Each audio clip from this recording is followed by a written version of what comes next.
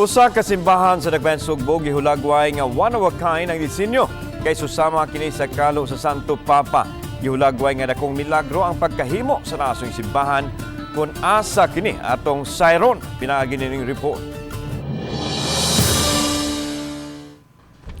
Out of the box nga design o gipalahi kini kay susama sa usa ka kalo ang porma.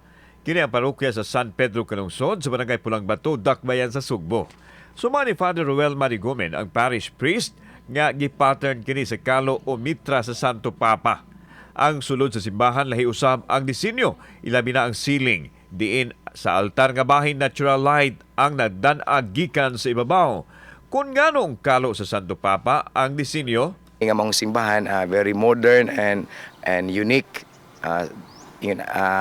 Ingon pa nila maura kuno ning klase nga simbahan dinhi sa Archdiocese of Cebu. gihulagway sa Kura Paroko nga nakasinati sila og grabing pagsulay sa wa pa hingpit mahuman ang simbahan. Ilabi na sa pag-igo sa pandemic kay na lockdown ang pilusab ang mga nagtrabaho nini. Busag isip nga dako milagro ang pagkamugna sa simbahan.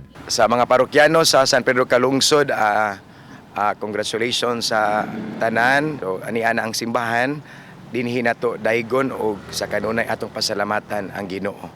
Baguhay lang gihimo ang altar dedication sa simbahan ni San Pedro Calungsod sa Pulang Bato. Mismo si Cebu Archbishop o si Palma ang nangulo nini, inubanan sa kaparian o gitambungan usab sa mga magtutuong Katoliko.